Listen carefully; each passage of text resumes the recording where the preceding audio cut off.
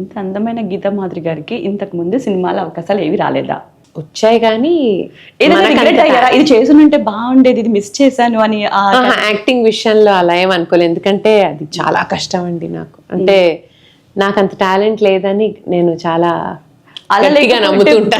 బోయపాటి గారు మిమ్మల్ని పిలిచాక పిలిచింది, అందులో కూడా సింగరే కదా. సో అంతవరకు ఓకే, ఆన్ స్టేజ్ అలవాటే మాట్లాడతాం, కానీ ఎందుకు ఇలా మాట్లాడవు ఇలాంటివన్నీ నాకు రావు. అంతంత రావు. సో ఫస్ట్ టైం మిమ్మల్ని స్క్రీన్ మీద నందు గారు చూసారా మరి? నందు చూశాడు. సో ఎలా ఉండింది? ఇంటికి వచ్చి ఏమన్నారు?